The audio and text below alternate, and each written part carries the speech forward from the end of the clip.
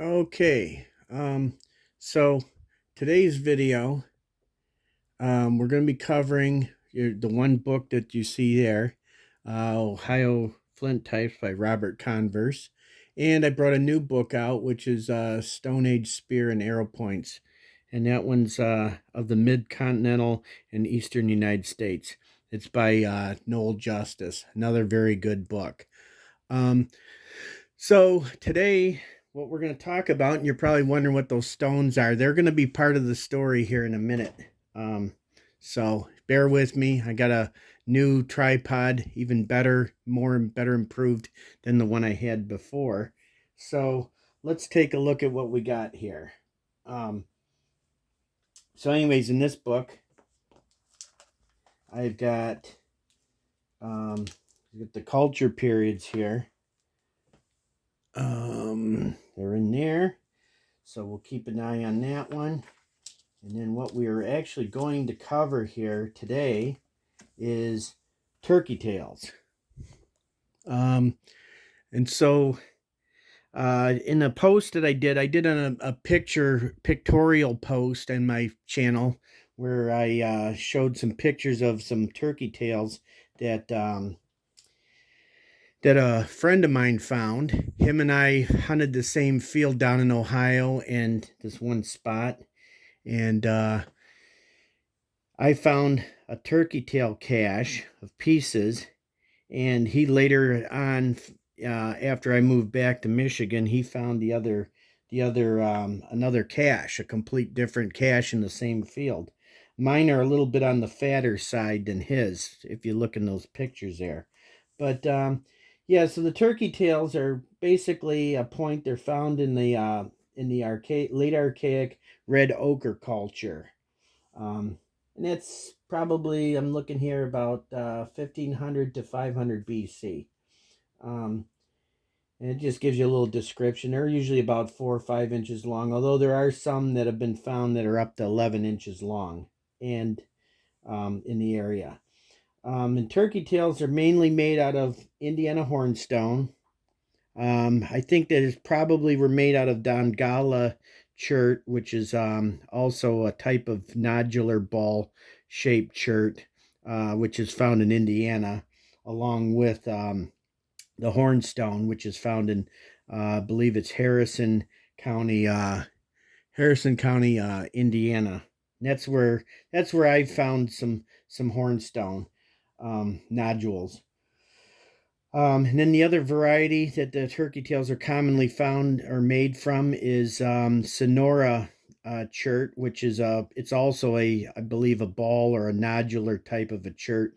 It's found in Kentucky. So basically all around the southern Indiana, southern Ohio, Kentucky, southern Illinois, that's where the material is that these turkey tails are made from. So you can see this book has some very nice pictures, some actual black and white pictures, and some pen and ink drawing pictures. Back here, I marked it. I can find it here. This is just a little description of Indiana hornstone we're in Ohio. So you can see where the Indiana hornstone's found. It's down here in the let me just hold that up a little bit. It's found right here down in south central Indiana.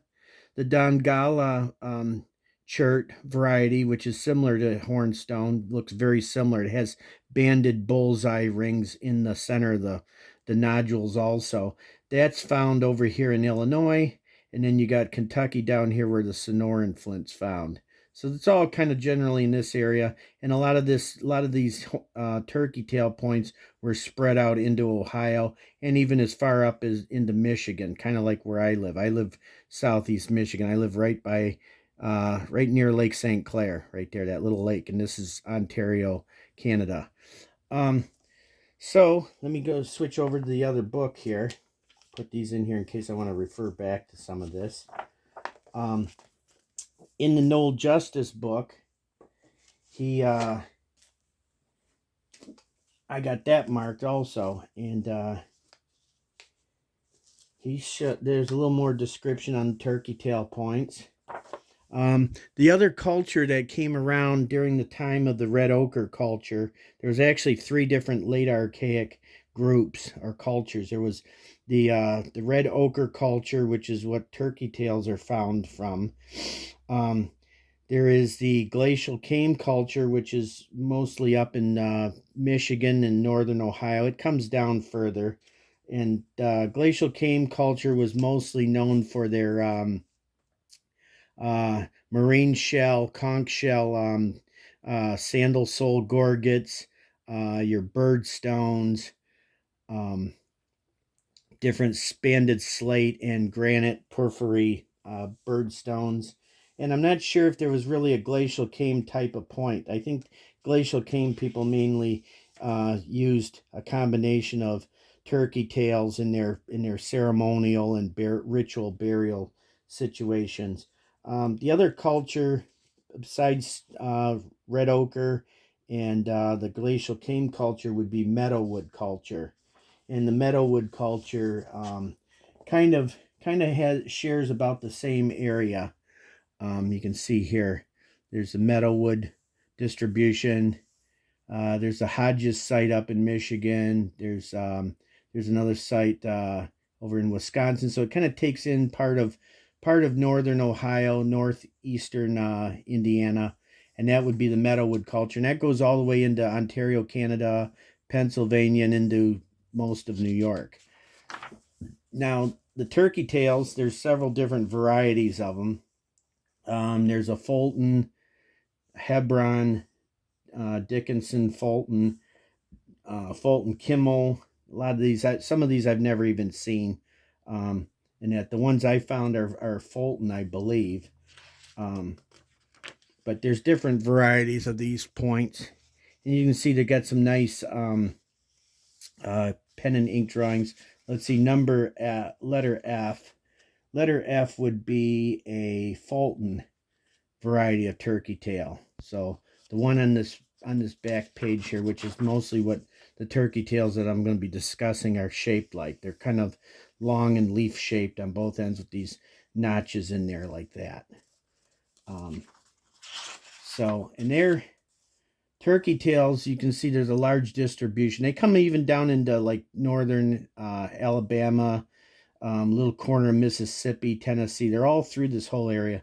And there's the Andrews and the Conrad site. Those are famous red ochre glacial cane sites in Michigan where turkey tails have been found. But they've been found all through this whole area, this circled area distribution on that. So with that ado, I'll go back to the discussion here about these rocks. Friend of mine and I, we went over to we went over to Harrison County, Indiana, and my buddy knew a place where you could find these, and these are Indiana hornstone nodules. You can see some of that is the actual patinaed flint right there, and this is the cortex all around here.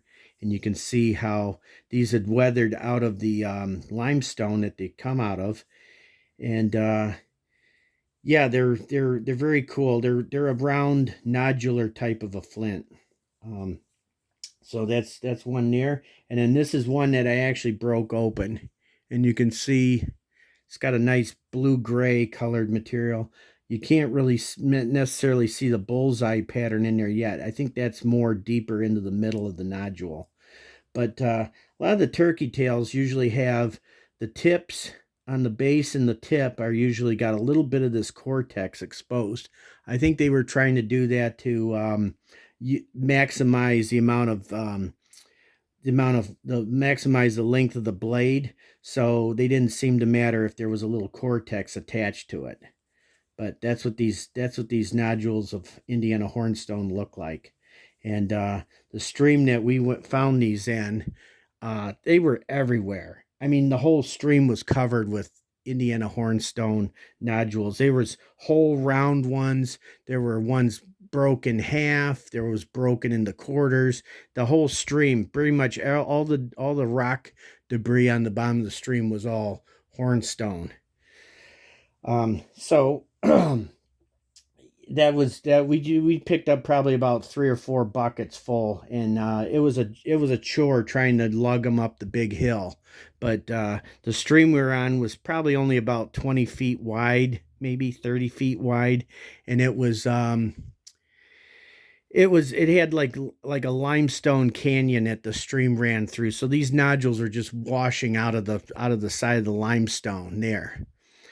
So you'll have to excuse me again. I'm reaching. This is the frame of my turkey tails that I'd found. Um, and you can see that I never found a complete one. Everything I found was broken pieces in halves. This is probably the most unique one here. This one, see if I can get in close.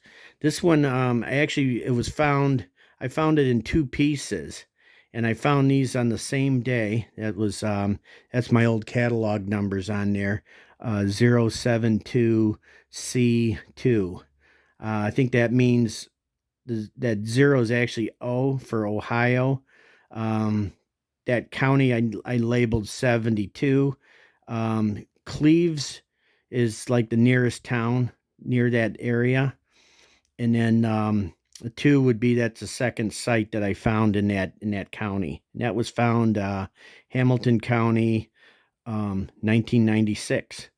And you can see turkey tails have a lot of it's all direct or indirect percussion strikes on there. There is some edge, very fine edge work done, a little like retouch, just to kind of shape it and symmetritize it.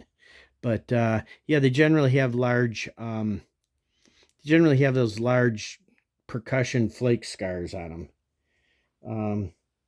Some of them here, this one here, this is a piece of one here. If you look at it, it's got kind of that grainy, almost like dirt deposited on the point. You can scrub that off, but it doesn't come off very easily. It just stays on there. I've been told by people that that's possibly um, the remains of like a decomposed leather bag or something organic that was buried with the points. So a lot of them will have that in those pictures in my post of my friend's turkey tails.